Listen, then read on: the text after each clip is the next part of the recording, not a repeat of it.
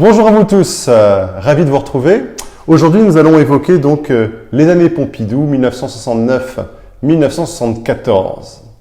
Déjà, une première image qui vous présente un Georges Pompidou plutôt décontracté, un livre à la main, la cigarette au bec, les espadrilles, des chaussettes jaunes assorties au pull jaune. On voit de suite le changement de ton par rapport au général de Gaulle, son prédécesseur à la présidence. Voici les différents thèmes que nous allons aborder aujourd'hui, son ascension vers la présidence, la politique intérieure puis la politique extérieure, avant de prolonger longuement sur la vie quotidienne. Commençons tout d'abord par son ascension vers la présidence. Autant dire que Pompidou n'était pas tellement prédestiné aux plus hautes sphères élyséennes. Pompidou est né en 1911 à Montboudif dans le Cantal et il est fils d'instituteur. On peut dire même que c'est un pur produit de la méritocratie républicaine de la Troisième République. Ses grands-parents sont agriculteurs, ses parents sont instituteurs, et alors il est un brillant élève qui obtient toujours les premiers plis, le tableau d'honneur, obtient son baccalauréat, devient lauréat de l'école normale supérieure avant d'obtenir l'agrégation de lettres. Il sera d'ailleurs un très bon professeur très réputé de lettres. Et d'ailleurs, jusqu'à la fin de sa vie, il sera féru de belles lettres. Certains connaissent peut-être sa fameuse anthologie de la poésie française au début des années 60, qui sera rééditée régulièrement, l'anthologie de la poésie française, où on avait demandé à Georges Pompidou de compiler les plus fameux poèmes de cette littérature. Et en fait, Pompidou appartient à cette longue génération de présidents littéraires que les Français affectionnent, capables de sorties en pleine conférence de presse. Notamment en 1969, on l'interroge sur ce fait divers, l'itinéraire d'une professeure de lettres qui s'appelait Gabrielle Russier, condamnée pour avoir eu une relation amoureuse avec un de ses élèves qui était mineur. Et l'embarras est terrible en France à l'époque, d'autant plus que Gabrielle Russier va se suicider. Interrogée durant une conférence de presse en septembre 69, voici la réponse de Georges Pompidou, qui s'en sort justement par ses qualités littéraires. Monsieur Royer, dernière question.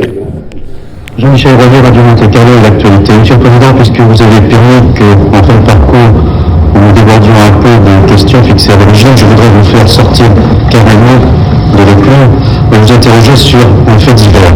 À Marseille, une femme, un professeur, 32 ans, est condamnée pour détournement de mineurs. Elle se suicide. Vous-même, qu'avez-vous pensé de ce fait divers qui pose, je crois, des problèmes de fond? Alors regardez un petit peu l'embarras de Georges Pompidou qui met un peu de temps avant de répondre.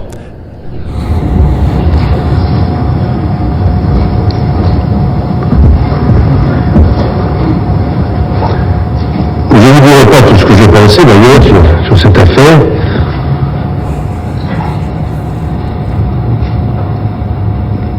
Ni-même ce que j'ai fait.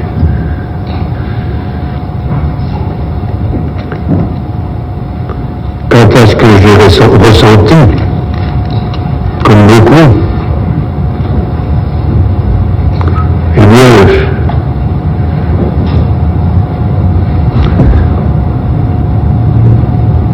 comprendre qui voudra, moi, mon remords, ce fut la victime raisonnable au regard d'enfants perdus. Celles qui ne sont pas morts, qui sont morts pour être aimés. C'est de l'honneur. Merci, mesdames et messieurs. Ici donc, Georges Pompidou, vous voyez, évoque un fameux poème de Paul Éluard sur les tondus et évoque donc ces femmes mortes pour être aimées. Et d'ailleurs, donc, en 1971, on aura un fameux film d'André Cayatte avec Annie Girardot dans le rôle de Gabrielle Russier et une chanson éponyme, Mourir d'aimer, interprétée par Charles Aznavour. Une passion pour les belles lettres et une passion aussi pour sa femme. Il se marie en 1935 avec Claude Cahour, qui est issu de la bonne bourgeoisie du Maine-et-Loire. Et c'est un couple assez fusionnel, assez romantique, on voit fréquemment main dans la main. Mais ils connaissent un drame personnel. Ils n'arrivent pas à avoir d'enfant naturel. Et c'est donc contrainte et forcée qu'ils vont donc adopter un petit garçon de l'orphelinat. Il s'appelle Alain Pompidou, né en 1942, qui ensuite sera professeur de médecine, spécialiste des maladies du sang. En dehors donc des belles lettres et de sa passion pour sa femme, Pompidou apprécie aussi beaucoup l'art contemporain. Alors ça, généralement d'ailleurs, c'était plutôt décrié par des Français assez conservateurs. Ce président moderne qui aimait l'art abstrait, l'art non figuratif, qui avait remplacé tout le mobilier Second Empire de l'Élysée par un mobilier assez surprenant. Regardez ici l'antichambre des appartements privés des Pompidou à l'Élysée. C'est assez extraordinaire quand on voit ces couleurs chatoyantes, lumineuses, ces lignes verticales, striées. Alors, ce n'est pas du Vasarely, justement. Donc, la question que je vous pose, vous avez quelques instants d'ailleurs pour la trouver, quel est l'artiste qui a inventé et imaginé cette antichambre en plein palais d'Élysée? Voilà, je vous laisse quelques instants, puis vous essayerez de trouver la réponse pour la ville de Chelles. Et la réponse, c'est un artiste qui est toujours vivant, il s'appelle Yaakov Agam, c'est un artiste israélien qui est né en 1928. Voilà, donc Yaakov Agam. Pompidou, donc, est professeur de lettres dans un premier temps, professeur de lettres, et un acteur plutôt discret pendant la Seconde Guerre mondiale. Il n'est ni résistant, ni collaborateur. En fait, il est comme beaucoup de Français, c'est-à-dire qu'il est plutôt discret et attentiste. Mais son basculement, sa vie va basculer, sa carrière, en 1944. Le général de Gaulle rétablit la République et fonde le GPRF, le gouvernement provisoire de la République française. Et il a besoin d'un homme de lettres, un homme capable de lui écrire de brillantes synthèses, de courts discours, et on lui donne le nom de ce professeur de lettres d'Henri IV, Georges Pompidou. Et il devient alors son directeur de cabinet. Et à partir de ce moment-là, la carrière de Georges épouse la carrière de De Gaulle. En somme, si De Gaulle est au pouvoir, Pompidou n'est pas loin, et quand De Gaulle s'évade ou quitte ses fonctions, eh bien Pompidou va à ses propres occupations, plutôt prestigieuses. Il sera notamment haut fonctionnaire, notamment maître des requêtes au Conseil d'État et président du Conseil constitutionnel entre 1959 et 1962. Et aussi banquier d'affaires chez Rothschild, ce qui lui permettra d'ailleurs d'acquérir une aisance tout à fait bourgeoise, aisance et une fortune assez confortable qui lui permettra de vivre, regardez, dans un hôtel particulier sur l'île Saint-Louis, pas loin de la cathédrale Notre-Dame de Paris. Et c'est surtout à partir de 1962 que le grand public commence à le connaître et à l'apprécier. Il devient l'inamovible Premier ministre de la grande période gaullienne. Le général de Gaulle a besoin d'un homme de confiance, d'un homme de l'ombre. Et d'ailleurs, les rôles sont assez répartis. À De Gaulle, la lumière, les grands discours tapageurs, les grandes orientations. Et à Pompidou, l'ombre, les négociations difficiles avec les partis politiques, avec les syndicats, les débats difficiles et ombrageux du côté du Parlement. Mais pendant 6 ans, il devient l'homme de confiance, l'homme stable et solide dont le président a tant besoin, notamment lors de mai 68, puisqu'en mai 68, c'est vraiment lui qui tient les rênes de l'État, un État un peu chancelant, avec un De Gaulle souvent hésitant. Et notamment, on lui doit la négociation difficile des accords de Grenelle, signés avec les syndicats, qui a permis quand même de calmer l'agitation sociale à l'époque en offrant aux ouvriers de consubstantielles hausses de salaire. Pourtant, il est mal récompensé, puisqu'en juin 69, après la dissolution de l'Assemblée nationale, il est évincé de son poste de Premier ministre et remplacé par Maurice Couve de Murville.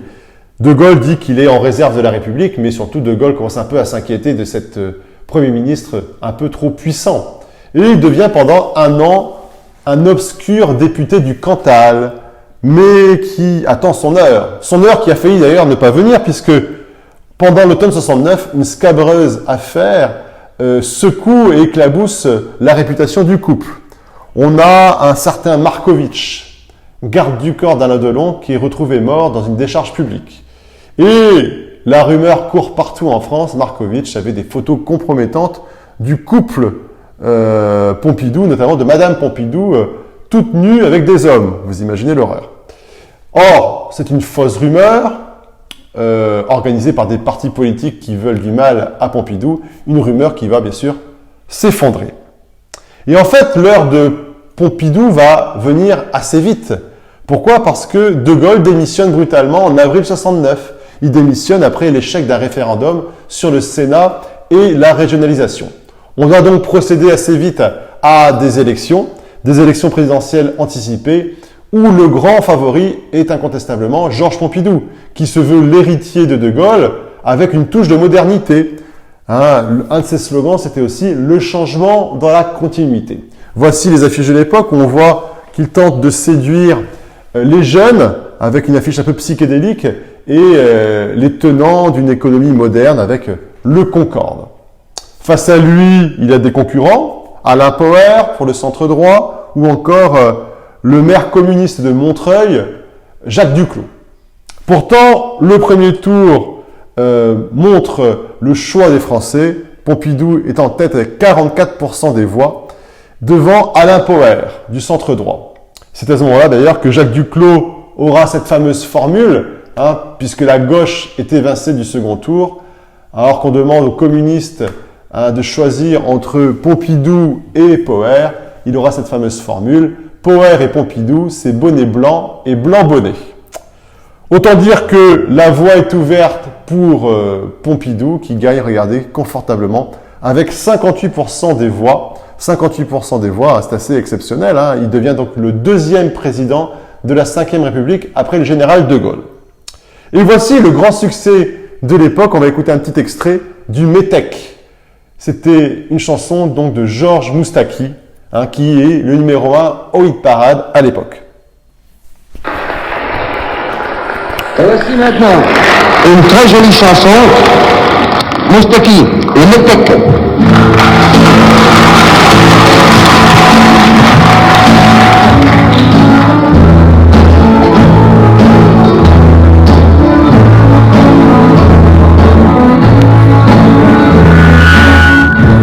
Avec ma violette de métèque, des différents des prêtres grecs, et mes cheveux aux 80. Avec mes yeux tout délavés, qui me donnent l'air de rêver, moi qui m'aurais le plus souvent.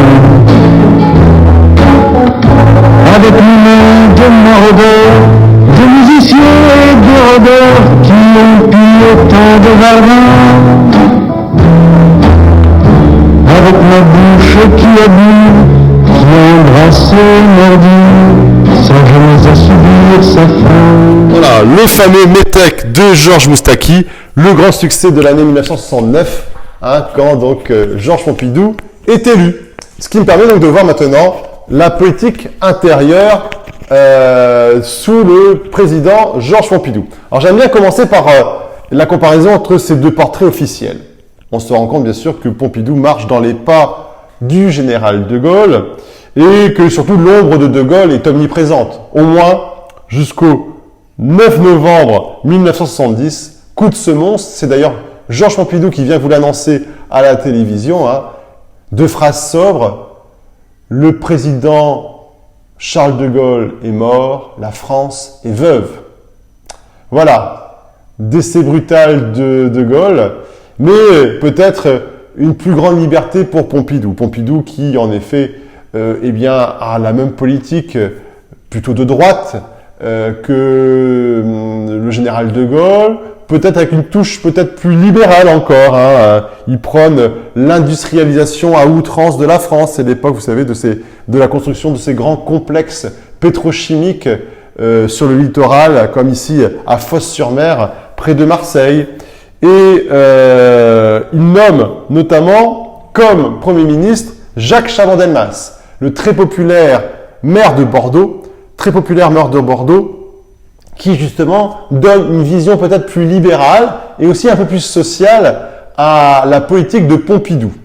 Notamment en 69, il promet beaucoup avec un projet qu'on appelle la Nouvelle Société. La Nouvelle Société, c'était une société donc plus proche des classes populaires, plus proche des libertés, offrant des avancées sociales comme la création du SMIC, le salaire minimum garanti sur la croissance et l'inflation, hein, qui permettaient même aux classes populaires d'avoir un salaire convenable. Mais très vite, en fait, Jacques Chaban-Delmas va décevoir. Pourquoi? Parce que s'il est très social, très libéral, il doit tenir compte d'une majorité parlementaire souvent bien plus conservatrice. Et cette majorité parlementaire, en fait, elle va tout faire pour casser l'option libérale et sociale de Chaban-Delmas, notamment en imposant des lois assez liberticides. C'est le cas notamment des lois anti-casseurs qui ont permis notamment de mettre beaucoup d'anciens manifestants de mai 68 en prison ou de les arrêter. Voilà. Et surtout, on lui reproche ce qu'il n'a pas fait, c'est-à-dire la libéralisation de l'ORTF. Pour l'instant, à la télévision comme à la radio, l'ORTF reste un service public, donc sous le contrôle de l'État. Donc il n'y a pas de liberté d'expression ni à la radio ni à la télévision, sauf bien sûr sur certaines radios périphériques comme Radio Luxembourg et Europe 1.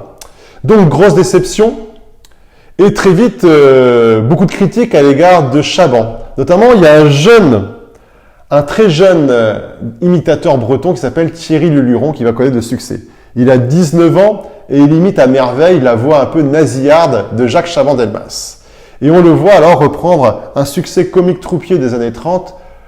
C'était « Je ne suis pas bien portant ». Vous vous rappelez, c'était « J'ai la rate qui dilate, j'ai le foie qui est pas droit ». Et alors, il en fait un nouveau succès, ça s'appelle « Le ministère Patraque ». Regardez cet extrait d'archives où on voit justement le jeune Thierry Luron imitant donc Jacques Chaban-Delmas, interrogé par l'éternel Michel Drucker. Voici le petit extrait. Premier ministre, vous ne vous êtes pas arrêté en si bon chemin et sur votre lancée, vous avez inscrit à votre répertoire une chanson que vous avez consacrée au gouvernement tout entier. Voilà, c'est le ministère Patraque. Le fameux ministère Patraque. Avec mon nouveau ministère, c'est pas rigolo entre nous. Il est d'une santé précaire et je me fais un mauvais sang fou. Bien que j'ai l'air en bonne santé, je souffre de tous les côtés. J'ai le Chirac qui patraque, le Debré, Delabry, le Roger Frey qui pas frais, le Poujade qui t'enrade, le Schumann qui t'embête, l'Ortelet qui pâlit, le Giscard qui te carre, le Guichard dans le brouillard, le Duhamel qui s'en mêle, le Marcelin, Rendez-vous, Chalandon, quel Bourbon, le Comité, Descati, le Pointeur, à plat plat, le Bétampon qui est trop court, le Tétinger trop léger, le Hamon qui est pas bon, le Boulin qui est pas bien, la Dielèche qui est pas fraîche, l'André Bord qui s'endort, l'Antonius qui est morose, le Duvillard qui est bizarre, le Chaman déclinant, le Galet qui est très laid, le Fontanet qui est défait, le Fanton en coton, le Baumel en flanelle. En fait c'est embêtant le ministère Patraque, en fait c'est embêtant d'être au gouvernement. Voilà, tellement embêtant d'être au gouvernement que, en fait, dès 1972, l'impopularité de Chaban est incontestable et il va devoir d'ailleurs démissionner après une sombre affaire révélée par le Canard enchaîné qui révèle en fait que Jacques Chaban-Delmas ne paye vraiment pas beaucoup d'impôts. Et alors il est remplacé par un pur gaulliste, un gaulliste historique, l'ancien ministre des Armées, Pierre Messmer. Et Pierre Messmer, alors là, c'est vraiment le doigt sur la couture du pantalon. Autant dire que Messmer, il obéit au doigt et à l'œil, et c'est le gaulliste donc bien conservateur et un peu autoritaire que l'on retrouve. Et Messmer, il a une mission. À partir de 1972, il faut contrecarrer la montée en puissance de la gauche qui s'unit aux élections dans le fameux programme commun de gouvernement signé par les radicaux et surtout par le duo de choc de l'époque, les socialistes avec François Mitterrand et les communistes avec Georges Marchais qui devient célèbre notamment lors de ses combats et de ses débats avec Jean-Pierre Elkabbach et le fameux Elkabbach, taisez-vous. Et résultat, regardez, en 1973, aux législatives, c'est toujours la droite qui a la majorité des sièges et donc Pompidou et Messmer peuvent continuer à conserver le pouvoir. D'un point de vue extérieur, quand on voit ici les différents ministres de la Défense qui se succèdent, dans un premier temps Michel Debré, puis après Robert Gallet, le maire de Troyes, on est en effet dans la permanence de la même politique que celle du général de Gaulle, c'est-à-dire une politique d'indépendance nationale où il faut avant tout donc se prémunir de toute attaque extérieure par la dissuasion nucléaire, notamment sous Georges Pompidou, au large de Brest, dans la rade, nous avons la construction d'un immense abri sous-marin qu'on appelle l'île Longue pour protéger les allées et venues de nos sous-marins nucléaires lanceurs d'engins, notamment le Redoutable qui est lancé en 1971. Donc politique d'indépendance nationale, notamment vis-à-vis des États-Unis, en pleine guerre froide. Et peut-être la différence avec le général, c'est que Pompidou est peut-être plus européen. C'est-à-dire qu'il considère que l'Europe peut être une chance pour la France. Et c'est notamment, comble de l'ironie, grâce à Pompidou que la France accepte l'entrée des Anglais dans la CEE, la Communauté économique européenne, que depuis un an maintenant, les Anglais ont quitté. D'un point de vue extérieur, les choses sont plutôt calmes et apaisées à l'époque. C'est la période dite de détente. Vous vous rappelez, nous sommes en pleine guerre froide. Les tensions sont souvent lourdes entre d'un côté l'URSS de Brejnev et les États-Unis de Nixon. Mais quand on voit ici les deux protagonistes sourire, on se rend compte qu'il y a eu un apaisement des relations durant ces années 70 avec toute une série d'accords de désarmement comme les accords SALT. Il est vrai que les Américains sont quand même embourbés dans une terrible guerre, la guerre du Vietnam, une guerre particulièrement impopulaire, où on a quand même près de 500 000 GIs qui sont venus au Vietnam et qui multiplient les exactions. Notamment cette photo fait le tour du monde de cette petite Vietnamienne qui préfère se dénuder plutôt que de mourir brûlée vive. Et l'impopularité des États-Unis est vive à l'époque avec ces manifestations pacifistes où on voit, vous voyez, ces étudiants qui revendiquent la fin de la guerre au Vietnam. Guerre au Vietnam qui s'achève d'ailleurs par les accords de Paris en 1973 où les États-Unis donc signent un accord de paix et un désengagement progressif en Asie du Sud-Est. Le coup est rude et la popularité américaine est grandissante, d'autant plus que nous avons en 1973 au Chili un coup d'État organisé contre le gouvernement socialiste de Salvador Allende par le général Pinochet. Or, derrière le général Pinochet, ce sont les services secrets américains qui ont organisé le coup d'État. Et donc, ça engendre en effet une impopularité américaine assez forte, qui est recrudescente avec la démission de Richard Nixon en 1974.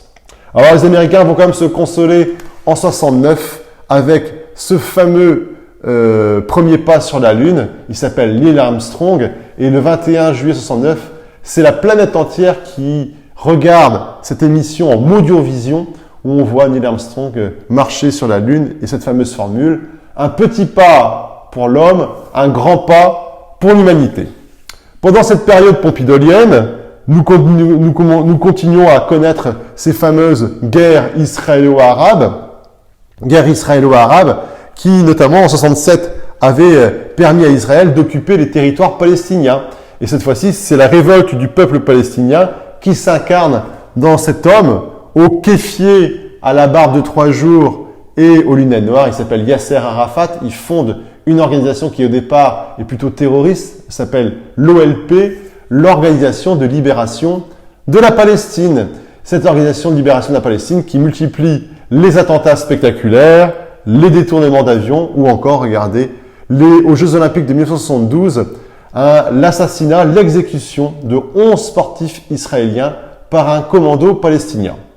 Pendant cette période, malgré un relatif changement de ton, on peut dire quand même que la France soutient, comme les autres pays occidentaux, la cause israélienne. Et c'est d'ailleurs assez intéressant de constater que dans le show business français des années 70, il y avait beaucoup de chanteurs israéliens très populaires.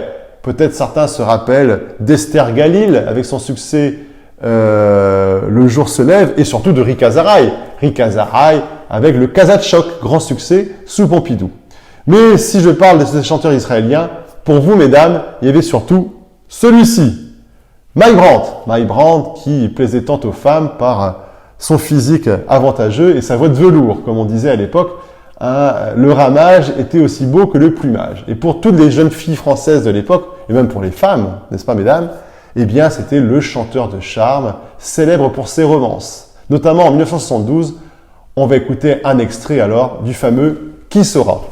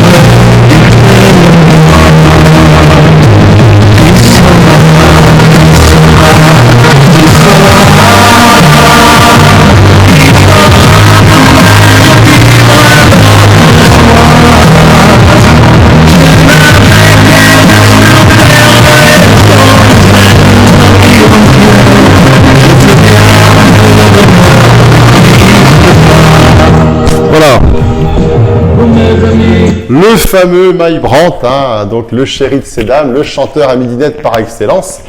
Et pendant que Mike Brandt triomphe donc en France avec Qui sera ou encore Rien qu'une larme, eh bien nous avons une nouvelle guerre israélo-arabe. 1973, c'est la guerre du Kippour, où les pays arabes voisins, l'Égypte, la Syrie, tentent d'attaquer par surprise lors de la fête du Yom Kippour, la fête du grand pardon juif, Israël. Et le coup est passé près, mais de nouveau, c'est le statu quo, avec une situation d'équilibre entre les puissances arabes et Israël. Pourtant, cette guerre du Kippour a des conséquences terribles pour nous, les pays occidentaux. Pourquoi? Parce que les pays de l'OPEP, les pays exportateurs de pétrole, les pays arabes, décident un peu de nous punir. Considérant que les Occidentaux soutiennent la cause israélienne, ils décident, regardez, de fermer le robinet du pétrole et surtout de multiplier par 4 le prix du pétrole, ce qui va être une véritable catastrophe puisque, rappelez-vous, il y a presque 50 ans, toute notre économie était basée sur le pétrole. Les centrales thermiques, les automobiles, même les chaises étaient en plexiglas et l'événement en tergale. Voilà, comme l'affiche ici le journal, les Français sont très inquiets. Tout va être plus cher. Et en effet, c'est le fameux choc pétrolier qui fait basculer la France dans une terrible crise économique. Une crise économique qui rappelle un peu ce qui se passe actuellement. Et ça permet alors d'évoquer la vie quotidienne en France. Une vie quotidienne qui pourtant, ne boudons pas notre plaisir, sous Pompidou justement, est considérée un peu comme une époque bénie, justement une période pré-crise, juste avant la crise économique. Regardez, une famille de l'époque, c'est peut-être la vôtre, avec ses couleurs chatoyantes, ses tapisseries jaunes, oranges et rouges, avec ses cercles, ses figurés géométriques. C'est ça, la France de Pompidou, avec la fin des 30 Glorieuses, cette forte période de croissance économique qui a commencé juste après la Seconde Guerre et qui s'achève au moment de la crise économique de 1974. Alors les Français à l'époque profitent pleinement de cette société de consommation avec, regardez, la généralisation et la démocratisation de l'électroménager, les lave-vaisselle, les téléphones à cadran, ou encore la R5. La R5 était réputée pour être une voiture bien urbaine, facile à garer et célèbre pour son grand coffre, pour faire les courses. Voilà. Le mobilier, eh bien, ma foi, parfois, ressemble un petit peu à celui actuel. On voit qu'il y a un peu un retour, en fait, au mobilier des 70, avec ces lignes courbes contrastant avec ces lignes verticales, le poids du plastique, du plexiglas aussi, que l'on voit apparaître à travers les tables, notamment. Et on va passer aussi au fait que s'il y a bien une France qui aime cette société de consommation, on n'en reste pas moins qu'il y a toujours une France frondeuse, contestataire, post-68arde qu'on appelle gauchiste. Mai 68 a échoué, mais les jeunes étudiants rêvent toujours de révolution et durant ces années 70, on a toujours autant d'occupations, d'universités, de mouvements gauchistes parfois virulents. Hein. Notamment en 71, on aura un étudiant assassiné par la police, Pierre Auvernay, hein, qui aura pour conséquence de grosses manifestations dans toute la France. Les étudiants ont comme idole toujours ce fameux couple, Jean-Paul Sartre et Simone de Beauvoir. Jean-Paul Sartre notamment qui fonde avec Serge July un journal très marqué à gauche qui existe toujours aujourd'hui, qui s'appelle Libération. Et cette France qui rêve d'une autre vie, une France utopique, rêve aussi d'une économie d'autogestion où les grands patrons seraient dépossédés de leur capital et de leur pouvoir. C'est la fameuse aventure LIP en 73 où des ouvriers avaient tenté d'organiser une coopérative justement pour sauver cette fameuse usine LIP. Voilà. Et dans ce cadre, ce sont aussi des mouvements sociaux défendant la cause des homosexuels, des étrangers et aussi la cause des femmes qui se crée. Notamment en 1970, c'est la création du MLF, le Mouvement de Libération des Femmes, avec, regardez, cette affiche assez drôle, hein. Les femmes, c'est comme les pavés, à force de marcher dessus, on les prend sur la gueule. Voilà donc la création du MLF qui soutient notamment la cause des femmes et le droit personnel des femmes à être libres de leur corps. Notamment, il y a une en 71 qui fait grand scandale, c'est le manifeste des 343 Françaises, donc présenté par le Nouvel Observateur. Et le Nouvel Observateur donc défend ainsi la cause de l'avortement, puisque ce sont 343 Françaises célèbres qui ont le courage de dire « je me suis fait avorter ». À l'époque, ces femmes risquaient la cour d'assises puisque avorter était considéré comme un crime qui était donc passible de la cour d'assises. Et donc dans ces fameuses signatures, nous avions Marguerite Duras, Simone de Beauvoir, Agnès Varda ou encore Catherine Deneuve. Voilà donc pour ces mouvements gauchistes qui se retrouvent fréquemment dans des luttes, comme dans le Larzac. Au Larzac, justement, cette jeunesse estudiantine, gauchiste, souvent écologiste et régionaliste, défend la cause de ces terrains que les militaires voulaient préempter. Et donc on a, de ci, de là, en France, des communautés qui s'installent. On les appelle les hippies. Des communautés rurales où ces jeunes veulent vivre en pleine liberté et en pleine égalité. Autant dire qu'ils ont aussi leurs chanteurs.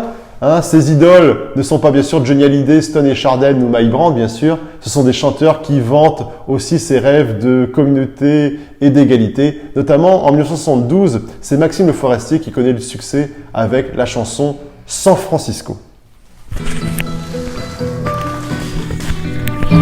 C'est une maison bleue, accrochée à ma mémoire. On y vient à pied, ne frappe pas ceux qui vivent là pour jeter la clé. Peuplée de cheveux longs, de grands lits de musique, peuplée de lumière et peuplée de fous, elle sera dernière à rester debout. San Francisco s'effondre. San Francisco s'effondre, San Francisco. Où êtes-vous, Lise Deluc, Sylvia, attendez-moi. Voilà, le fameux San Francisco de Maxime Le Forestier. Mais il ne faut pas imaginer une France unanimement gauchiste, loin de là. Les Français restent dans la fameuse trilogie métro, boulot, dodo, ont une vie routinière et quotidienne qui est maintenant scandée quand même par un nouveau média. Ce nouveau média, c'est bien sûr la télévision. La télévision qui à l'époque est surtout en noir et blanc, même si elle commence à être un peu en couleur. 70% des Français ont la télé à l'époque. Et le rituel, c'est de se retrouver le soir devant l'étrange lucarne, où maintenant on a 3 chaînes. Antenne 2, TF1 et FR3 avec les fameux décrochages régionaux. Voyons un petit peu les émissions de l'époque. Nous avons le dimanche, pendant 1 heure, l'heure de vérité, présentée par Michel Péricard. Chaque semaine, chaque dimanche, nous avons donc une grande personnalité politique qui va être interrogée et qui va passer au grill soit de 3 grandes plumes de la presse écrite, soit 3 grandes voix de la radio. Ici, donc, on reconnaît François Mitterrand. Et pour vous, mesdames, je ne sais pas si à l'époque vous travaillez ou si vous êtes des jeunes ménagères de moins de 30 ans, voici un générique qui devrait vous rappeler des souvenirs après le journal télévisé de 13h.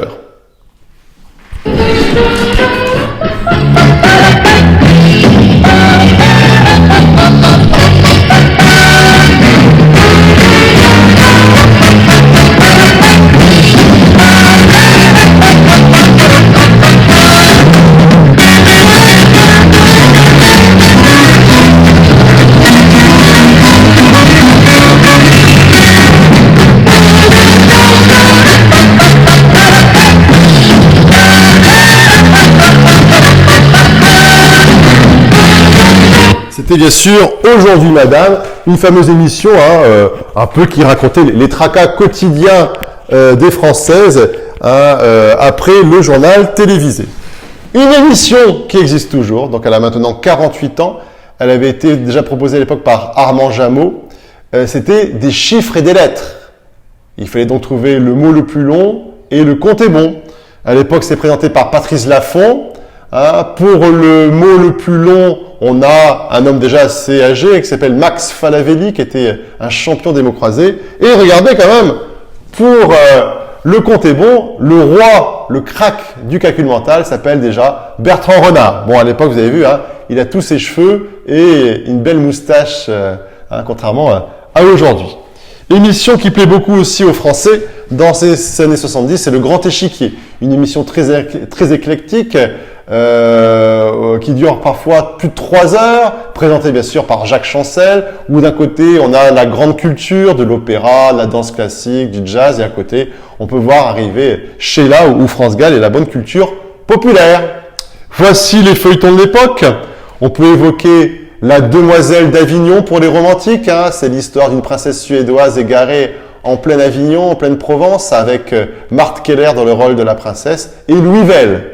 Et alors, un feuilleton qui les Français adorent à l'époque, ça s'intitule Les Rois Maudits, racontant et reprenant donc le thème créé par Maurice Druon sur la dynastie des Valois avec un acteur mythique qui s'appelait Jean Pian. On a déjà les premières séries policières américaines. D'un côté, Columbo avec Peter Falk, donc une enquête policière, c'est toujours à peu près la même chose. Pendant un quart d'heure, on voit le crime se dérouler et au bout d'un quart d'heure, Peter Falk arrive avec sa vieille gabardine, sa 203 Peugeot complètement rouillée, son chien et sa femme qu'on ne voit jamais. Et on se dit, mon Dieu, ça va être compliqué pour le pauvre Columbo, il a pas l'air de comprendre grand-chose face à la perversion et à la mesquinerie et à l'inventivité du criminel. Et au bout du compte, bien sûr, avec beaucoup d'ingéniosité, Columbo réussit à attraper le criminel.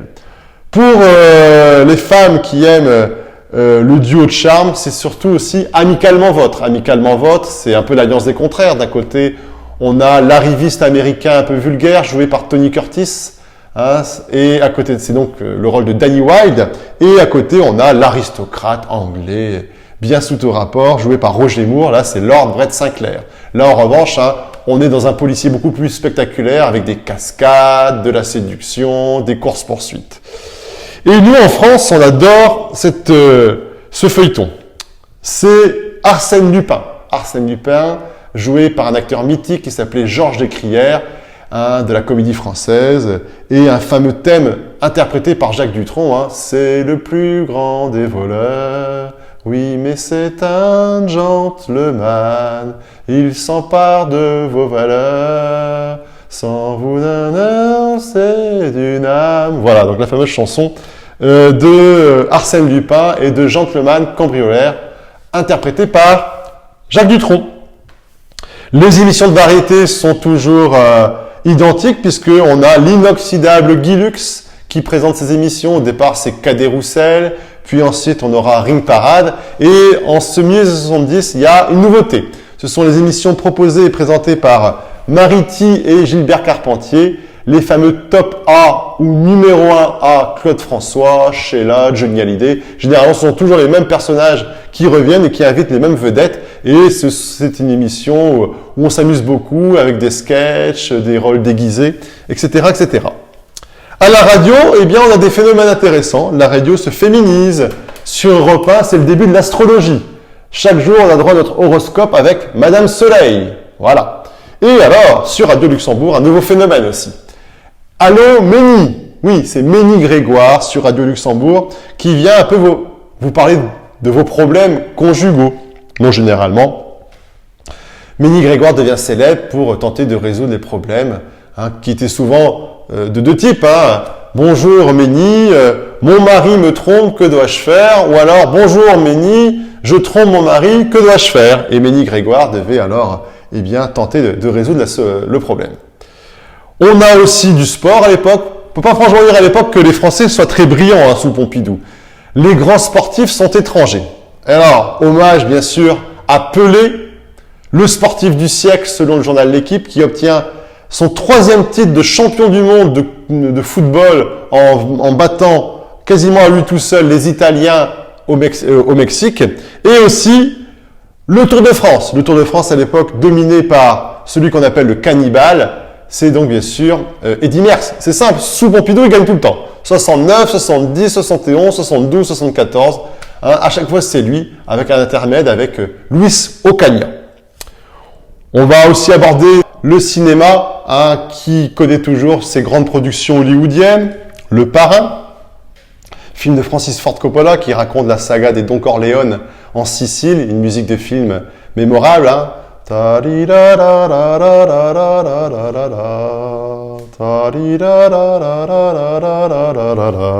Et aussi, pour faire pleurer dans les chaumières, Love Story, cette histoire d'amour entre une étudiante modeste en médecine et un richissime bourgeois. C'est un film donc joué par Ryan O'Neal et Ali McGraw, et bien sûr un mariage non consenti par la famille bourgeoise et une fin triste, dont je vous rappelle. Et nous allons terminer par un symbole. Le plus grand succès cinématographique des années Pompidou, c'est Emmanuel, avec Sylvia Kristel, un film érotique. On voit bien ici donc toute l'évolution de cette société où on reste parfois assez conservateur et en même temps, le film le plus vu était un film érotique. Voilà un peu pour ces années Pompidou, des années un peu contrastées où on voit quand même beaucoup de modernité. Et je vous salue et je vous souhaite un bon jeudi de l'Ascension. Au revoir.